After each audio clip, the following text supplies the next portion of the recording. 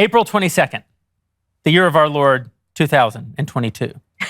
Our friend Jack Posobiec, busing illegals to D.C. doesn't seem to be doing much of anything.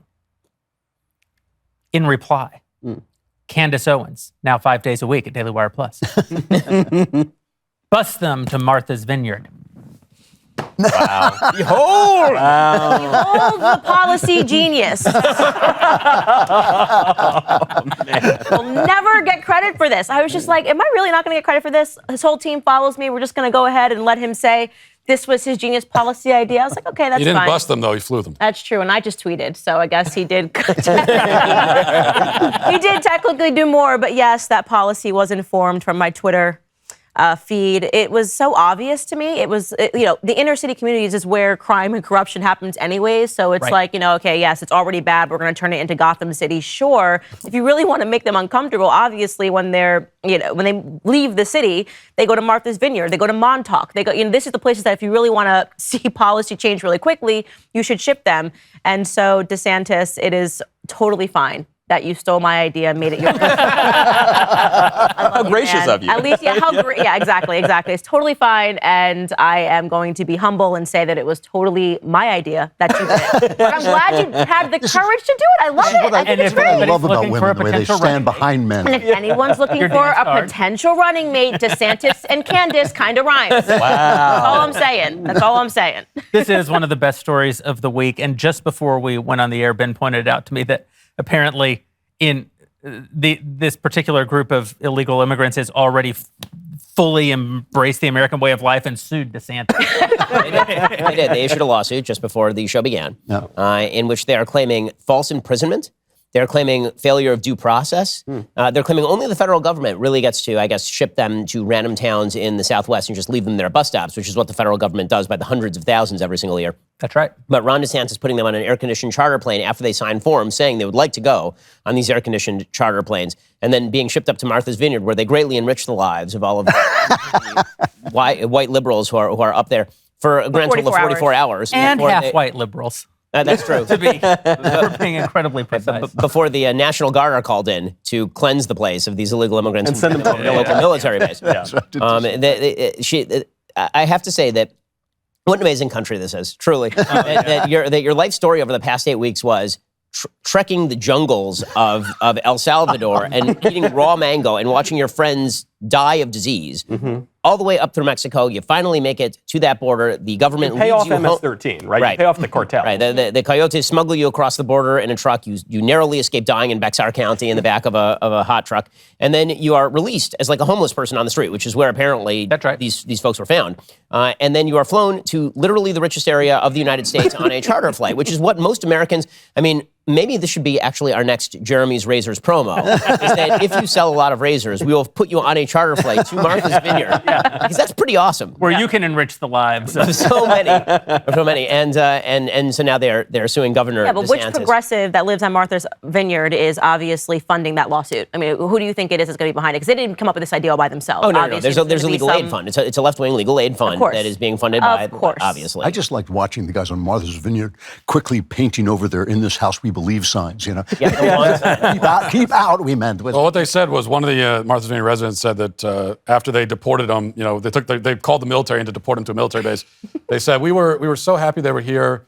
We were so happy to help them on their journey. So that's a good euphemism for deportation. Maybe we can start using that. Did you see what help them on their journey back to Mexico? Did you see NBC News? They had to delete the tweet, but they didn't delete the article. They said that. Oh, there it is. There's the tweet. Florida Governor Ron DeSantis sending asylum seekers to Martha's Vineyard is like me taking my trash out and driving to different areas where I live and just throwing my trash there. Hey, did you hear what I called them? I called them trash. Like seven times. That's what they believe. That's what they think of immigrants. A foundation that helps refugees. That's how that person sees them. Right. My favorite guy was Ken Burns, though. Ken Burns is always kind of stuck in my craw. He's always getting this kind of, this brilliant, the documentarian. He's brilliant. So he's just done a documentary on America's role in the Holocaust, which, by the way, was basically zilch. I mean, we don't have control over everything. FDR didn't do great. What's that? FDR didn't do great. No, but still. So he's done this thing, and it's getting brilliant. That's all it gets. He's on CNN, and a guy compares shipping these illegals to Martha's Vineyard to shipping Jews to Auschwitz. And Ken Burns nods and sort of picks up the idea and kind of goes with it. And I thought, a man that shallow is essentially two-dimensional, you know? I mean, no wonder he's working in film, because film really only has two dimensions.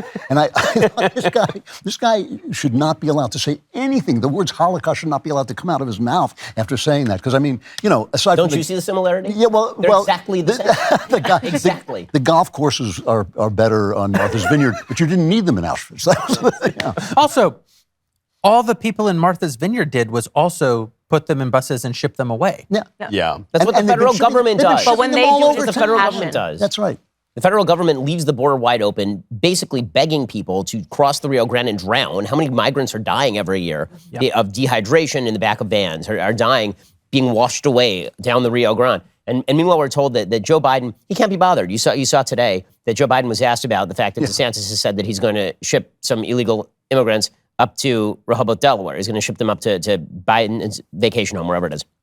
And Biden was like, well, you know, the weather's real nice here this time of year. It's like, well, I thought it was your job to take care of these people. I thought this was your job. That's right. Eric Adams had a pretty wild exchange on Jake Tapper where he was talking about how terrible it is. All these people are being shipped here, and it's just so terrible, and it's straining our social services system, because when you ship 11,000 illegal immigrants since May to a city of 8.5 million people, that strains the social services system, but it does not strain the social services system of Yuma, Arizona, population 97,000. To have 100,000 people sent there every year. That doesn't do anything. And then Eric Adams is asked by Tapper, so would you say to Joe Biden that he needs to get control of the border? He's like, no, this is a humanitarian problem with a human cause. He's like, well, is that human Joe Biden? No, it's not Joe Biden. It has nothing to do, but the federal government should be left in charge of this issue. I will say, when you're explaining, you're losing, and the left has been explaining an awful lot on this particular issue. I do have to say, I thought DeSantis, the guy's a boss. I just love the guy at this point. You know, I thought it was one of the great political moves of all time.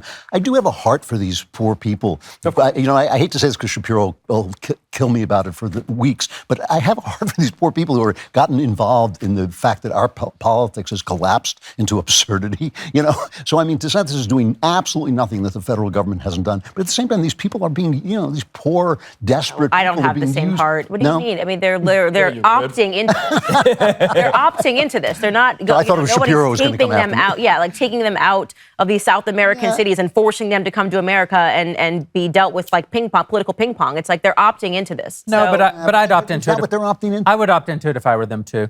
Yeah. I mean, the truth is, America is a place that calls forth the dispossessed, right? That's part of what we do. The problem isn't even that we have open borders. I mean, open borders is bad, unsecured borders is bad, but America actually always has been incredibly pro-immigrant.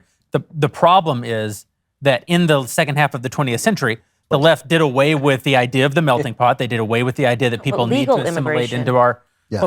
There almost wasn't a distinction, though, for many hundred. You know what? I'm the only one here that's married to an immigrant, right? No, I am. Oh, crap. And we're trying to deport him, too, But there's a process, you know, there's a process, and people don't realize how long that process takes. Of course. And so it's such an insult to just be like, well, you know, America is we like legal immigration. The main reason that we have all these processes is because we've actually destroyed the thing that made America able to be the most open country to immigrants in all of history, which is the melting pot and individualism. Well, once you have a welfare state and multiculturalism, that's really the big one. Now you have to close down these borders. Well, I mean, it used to be that you left a place in Europe where you had, you know, whatever level of material well-being you had to go to a place that was a literal wilderness, and there was nothing really here. There wasn't a lot here. And even if you're talking like early 20th century, for you, there really was still not a lot here. You were arriving here dirt poor, not knowing the language. So what that meant, and there was no welfare system. So the basic idea was that maybe if you were lucky, you had some distant relatives who were here who would prop you up for a few months while you learned to stop speaking Yiddish and you started speaking English, which is exactly what happened with my relatives, 4 generations ago, and they came in 1907. But the basic idea was that we were drawing the best, the most entrepreneurial, the people who are the most risk-seeking to the United States. And there's still a lot of those people who I think want to get here. But when you have a welfare state, and basically the idea is you get here and we are going to provide you all of these fulsome benefits, of course it changes the math. And that's not just in the United States, that's in Sweden. Why do you think a right-wing government just took a seat in Sweden? But why are we doing this? I think that's kind of a question that is on a lot of people's minds, is why is America doing this? Because people keep saying like open borders, it's bad policy. No, it's actually good policy for the left. They're doing this intentionally. Also, you know, today... We predicted that when they got power, the first thing they were going to do was try to flood a bunch of illegal immigrants over it. And they pretend that this was some wild wild conspiracy theory and it wasn't actually true. Sounds like a great and now replacement theory to me. Well, You're going to get canceled for that. Whoa. But I've been saying it forever. They want to replace Black Americans, right? I think that what we're seeing and what has been shown is that obviously Black Americans are the most impacted by this influx of illegal immigration. And this was, by the way, policy work that was done under Obama to reveal that they were taking Black American jobs. This is not a conspiracy theory. It was actually a congressional review that was done, a policy paper. And when you talk about that, when you say, actually, I was saying this Black America like crazy, as soon as they get power, our vote is going to be irrelevant. Right. Because what they're going to want to do is they're going to suddenly say, which they have said this week, let's just give them all status immediately, right? Which means this is going to turn these people into voters. That's what they want. They're telling you what they want to do. And then again, that Black American vote, which is so significant for the left, it's not going to be that significant because they're going to turn to them like they did to Black America in the 1960s, and they're going to offer them handouts. They're going to offer them welfareism. They're going to say, well, if you vote for us, what we're going to do is give you these handouts, and these evil, backwards Republicans don't want that for you. I mean, this is LBJ 2.0, the Great Society Act. You know, to that point, I mean, that's a really excellent point. But there is also this historical fact that for a lot of the early 20th century, we did kind of put a pause on immigration because there was so much and there wasn't enough assimilation. We had a major milestone today, which is that today, year to date, we've had 2 million border apprehensions in the United States. Apprehensions. Those are just the ones we got, okay? And it's only September, so we've got a quarter of the year left. That is an insane number. That's border apprehensions. Then you're going to have another million legal immigrants. You're talking minimum 3.5. That's 700,000 gotaways. Yeah, exactly. And so when you look at the last 60 years of immigration, you are talking about the largest movement of people in recorded history. I don't think it takes a bigoted, awful, racist country to say, hey, maybe that's a lot of people that you're actively not assimilating, by the way, because the left is multicultural. I think your point about Sweden, though, is really well taken, because this is the most successful left-wing socialist country. They were completely liberal.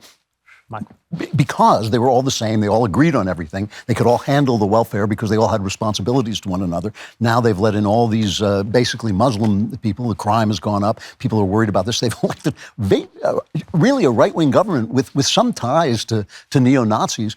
And the thing that you always forget is that fascism is always a counter-revolution. Almost historically, fascism has always been a counter-revolution. So these are the actions you take that lead to fascism in reaction to what you're doing. I was recently reading Neil Ferguson. No justification. Yeah, but an explanation. No, exactly. But it's a good. It's of course, a good but if you're looking at history and you wish to prevent fascism, you should stop pursuing policies that lead to a reaction that is fascist in nature. You know, Neil Ferguson's book, The War of the World. I was recently reading that. It's his history of essentially global politics from 1905 to 1953.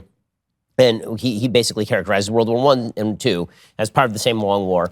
And he says, when you're looking at global conflict, there's basically three major factors that lead to global conflict. One is declining empire, because when you have declining empire, then you have rising nation states. Rising nation states, empires tend to obliterate a lot of the ethnic distinctions that matter because you have a greater loyalty to, say, the Roman Empire than you do to your locality, or at the very least, they've delegated power down to the local level. And so when those are replaced by nation states, what you end up with is some nation states that are very homogenous in terms of composition and some that are very heterogeneous. And that's a real problem because then the slight majority in many of these states will start picking on the minorities in those particular states. So he says ethnic conflict, decline of empire, economic uncertainty.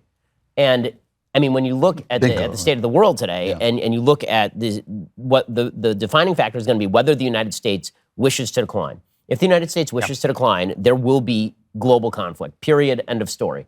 Because the fact is we are the only functional, quote-unquote, empire on planet Earth, whether we want to call ourselves that or not. And if we decline, somebody else is going to fill that vacuum. What fills that vacuum is not going to be particularly nice. Right, well, when we start celebrating immorality and we refuse to acknowledge mental illness, which is, to me, the biggest issue in America today, we no longer call mental illness mental illness. In fact, we celebrate it. We encourage mental illness. And then we look at the end of the day and we say, well, I don't know why somebody walked into a school and shut up the school. Look at the culture. Look at American culture right now. We are in a state of degeneracy.